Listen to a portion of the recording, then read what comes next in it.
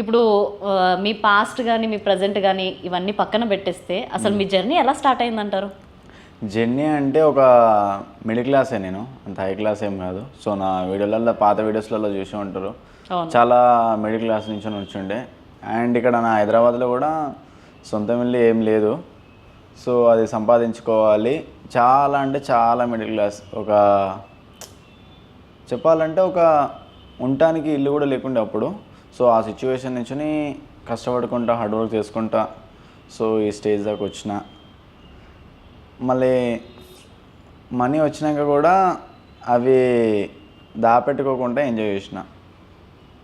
ఇక కొంచెం అది ఇక పోయింది.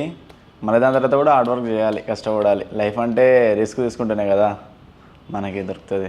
అదంతా కరెక్టే, కానీ ఒకప్పుడు మనకి ఉండటానికి ఇల్లు లేదు. చాలా మంది ఏమనుకుంటున్నారు అంటే ఎందుకు